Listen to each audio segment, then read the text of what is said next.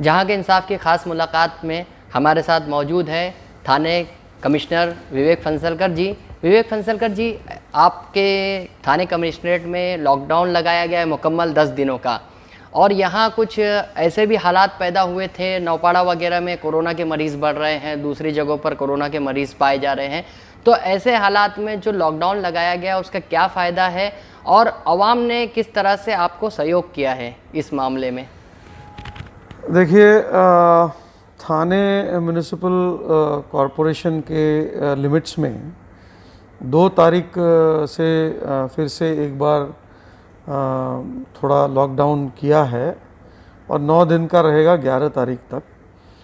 वो एक जो कोरोना का स्प्रेड है और उसका चेन ब्रेक करने के लिए जितना आवश्यक समय लगता है उतना समय लगभग थोड़ा एक आध दिन ज़्यादा रख के थाने के जो म्यूनिसिपल कमिश्नर है उन्होंने ये प्रस्तावित किया था कि ये ज़रूरी है, क्योंकि बहुत बड़ी तादाद में जो कोरोना ग्रस्त हैं वो उनकी संख्या बढ़ रही थी।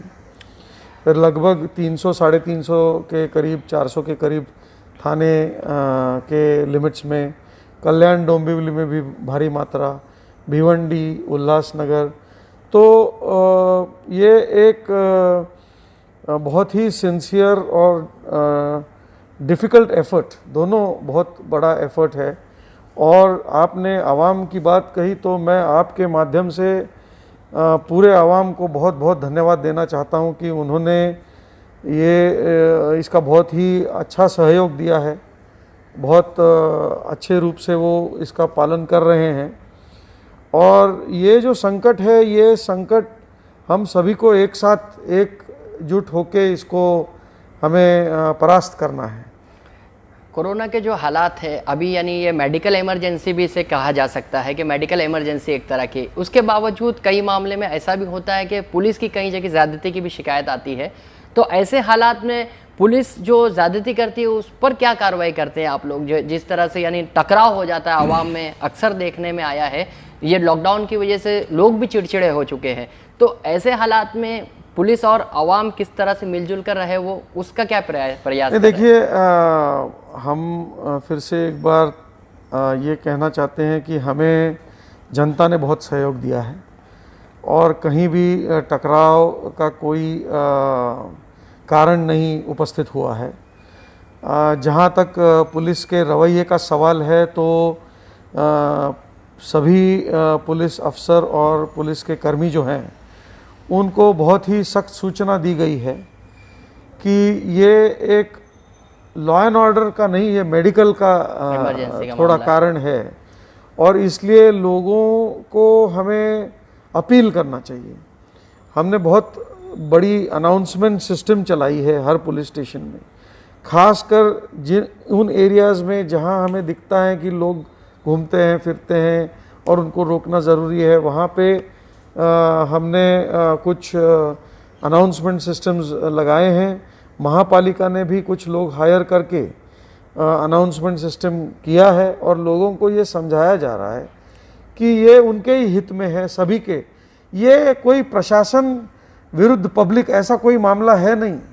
इस मामले में हम सभी एक साइड पर और कोरोना उस साइड पर और उसको परास्त करना है। तो जब तक लोग सोशल डिस्टेंसिंग का पालन नहीं करेंगे, और क्या है कि ये हर एक को अपने आप को सुरक्षित रखना बहुत ज़रूरी है।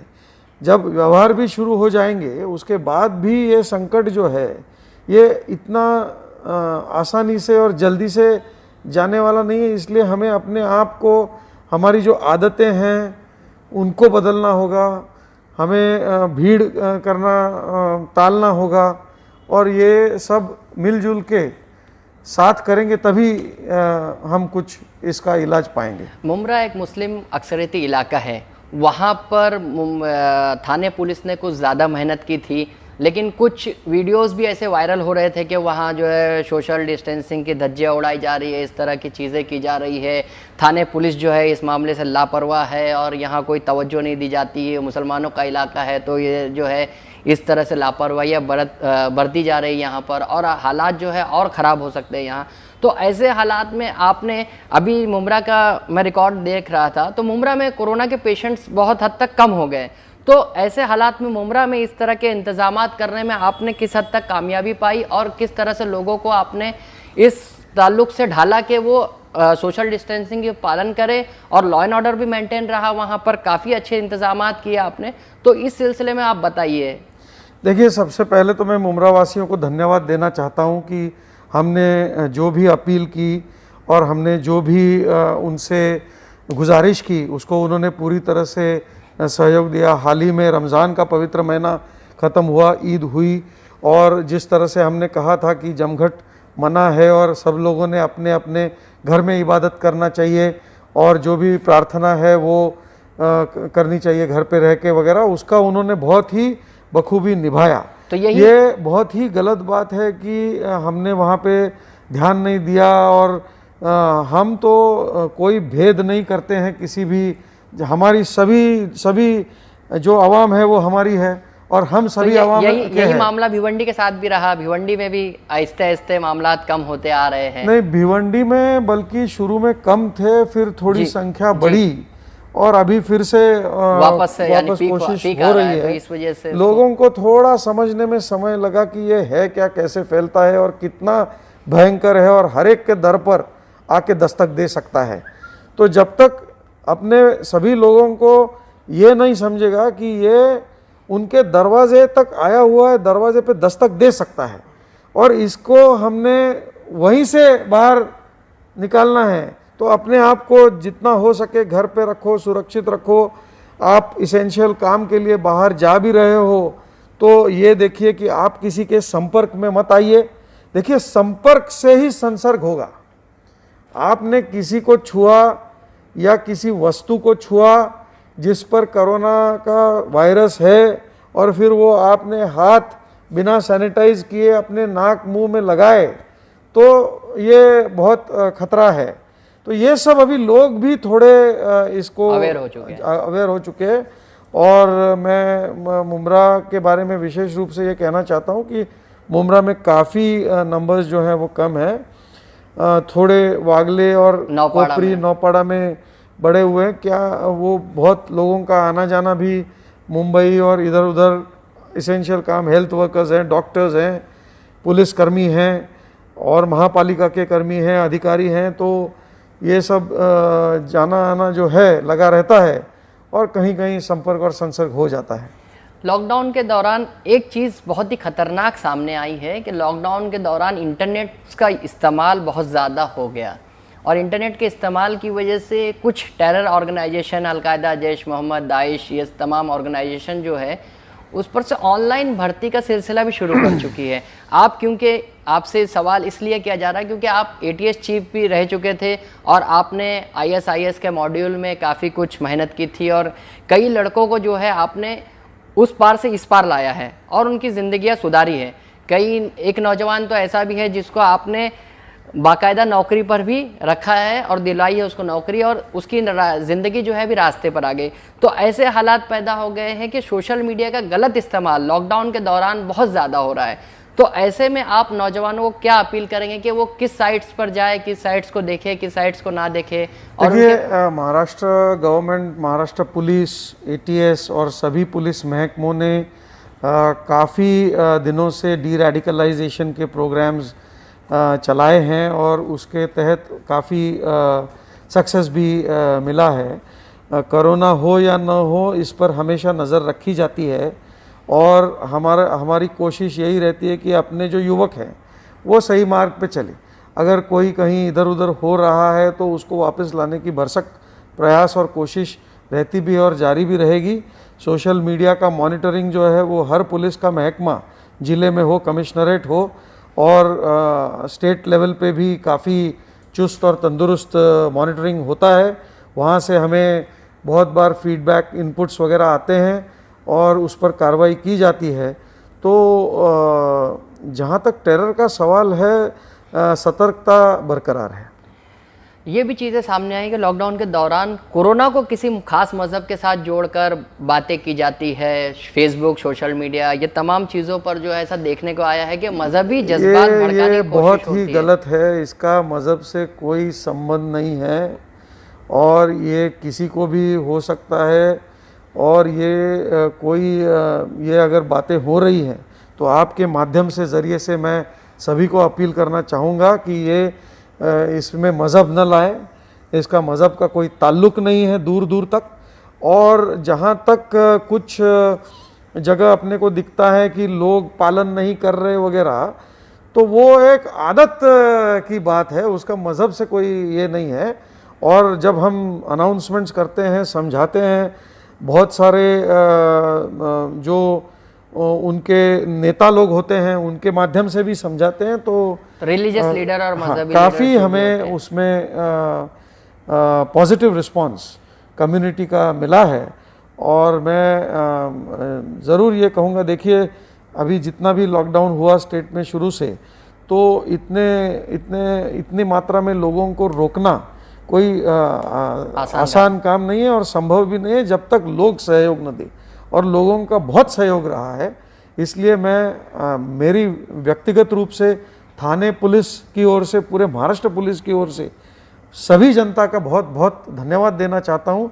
मगर मैं ये भी आगाह करना चाहता हूँ कि ये जब तक संकट समाप्त नहीं होता, हर एक दिन हर एक व्यक्ति को अपनी सुरक्षा करनी है और अपनी वजह से दूसरे को कोई संसर्ग न हो, ये भी देखना है।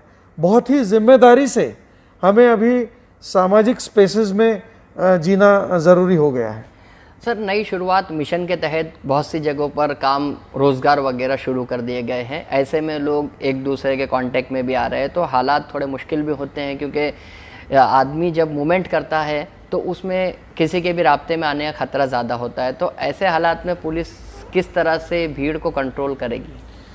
नहीं, अभी तो फ़िलहाल भीड़ को ज़्यादा कंट्रोल करने की नौबत नहीं आई है। तो जब माइग्रेंट लेबर का प्रश्न था और हमारे यहाँ से काफ़ी ट्रेन्स और बसेस, लगभग 3,500 बसेस का इंतज़ाम कमिश्नरेट के माध्यम से किया गया था, कलेक्टर के सहयोग से किया गया था। और 100 के करीब ट्रेन्स भी छोड़ी गई थी यूपी, बिहार, राजस्थान के लिए। तो हमने ये बहुत ही प्रयास किया था उस समय भी कि सोशल डिस्टेंसिंग मेंटेन हो और एक तरतीब से पैसेंजर्स जो हैं वो आए और बैठे और जाए। और मैं आपको बहुत खुशी से ये कहना चाहता हूँ कि बहुत शिस्तबद्ध तरीके से ये हुआ था। आगे भी जहाँ, जैसे आपने कहा कि कुछ इंडस्ट्री शुरू हो गई है, कुछ ऑफिसेज शुरू हो गई है, तो ये देखिए, ये हर जगह पुलिस हर ऑफिस में नहीं हो सकती, हर जगह गवर्नमेंट का कोई बंदा नहीं हो सकता है। हर एक व्यक्ति जो है, समाज की हर एक व्यक्ति जो भी ऑफिस चला रहा है उसका उत्तरदायित्व है, जो काम कर रहा है वहाँ उसका उत्तरदायित्व है। तो ये सभी का उत्तरदायित्व, रिस्पॉन्सिबिलिटी है कि वो समझे कि कोरोना का संकट चल रहा है और इसमें हमने एक दूसरे से जो दूरी मेंटेन करनी है, हाथ को सैनिटाइज करते रहना है, घर जाके सोप वॉश लेके घर वालों को भी सुरक्षित रखना है और काम भी शुरू रखना है। ये एक बहुत बड़ा ज़िम्मा है और मुझे लगता है कि हर व्यक्ति का ये ज़िम्मा है। आने वाले दिन पुलिस के लिए और भी चैलेंजिंग हो सकते हैं, क्योंकि गणेश उत्सव है और ईद कुर्बा, बकरीद जिसे कहते हैं, वो भी है। ईद उल जुहा, हाँ, ईद उल जुहा, बकरीद भी यानी लोग कहते हैं। तो इसमें ऐसा है कि ये इंतज़ामात कैसे होंगे, क्योंकि बकरीद में बकरों की कुर्बानी होती है तो मंडियाँ वगैरह, और गणेश उत्सव में मूर्ति विसर्जन और इसका आगमन का सिलसिला होता है। तो ऐसे में पुलिस के लिए बहुत, देखिए उसके गाइडलाइंस इशू होंगी और गवर्नमेंट और हेडक्वार्टर लेवल पे पूरे स्टेट के लिए जो भी डिसीजन होगा उसका अमल किया जाएगा। मगर अभी 1 अगस्त और 23-24 अगस्त जो भी डेट्स हैं वो ज़्यादा दूर है नहीं। और इसमें मुझे ऐसे लगता है कि हमें बहुत ही कठोर अनुशासन से काम लेना होगा और जनता से भी अपील है कि जो संकट है, जो हालात है, उन हालात को मद्देनज़र रखते हुए जो भी शासन आदेश देगा उसका जनता पालन करे।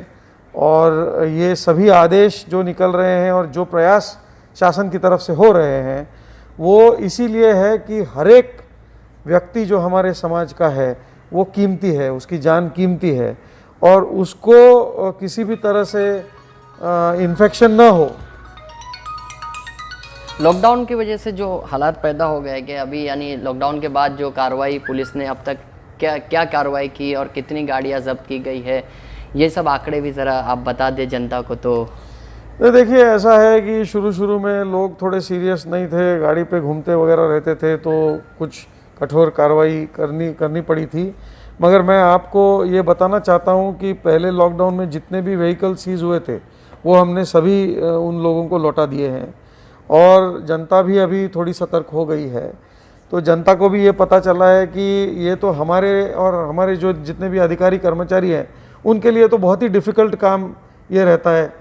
तो ये डिफ़िकल्टी हमारी भी कम रहे इसलिए उन्होंने ही अनुशासन का पालन करना ज़रूरी है। और मैं आपके माध्यम से फिर से एक बार जनता का, आवाम का धन्यवाद करना चाहता हूँ कि उन्होंने बहुत ही साथ दिया है। वैसे ही साथ दे और साथ दे के हम जितना भी नियमन करते हैं और जितने भी रूल्स रेगुलेशंस लगाते हैं वो अगर वो समझे कि ये कम्युनिटी के लिए है और ये हर एक व्यक्ति के लिए है तो मुझे ऐसे लगता है कि ये कम कार्रवाई करनी पड़ेगी। ये तो विवेक फंसलकर, थाने कमिश्नर, जो आवाम से अपील कर रहे थे कि लॉकडाउन का पालन करते हुए अपने त्यौहार भी मनाए, तमाम ज़रूरियात को पूरी करे और हर जगह जो है ऐसी बिला ज़रूरत ना निकलने का प्रयास करे और ये आपस में जो है ये भाईचारे का माहौल कायम रखते हुए सब काम करें। क्योंकि बहुत से लोग फ़िरका परस्त ऐसे भी हैं जो कोरोना के आड़ में नफ़रत फैलाने की कोशिश कर रहे हैं। इससे भी अलर्ट रहने की अपील विवेक फंसलकर ने की है। कैमरामैन अयाद मुकादम के साथ मोहम्मद जावेद शेख, जहां का इंसाफ।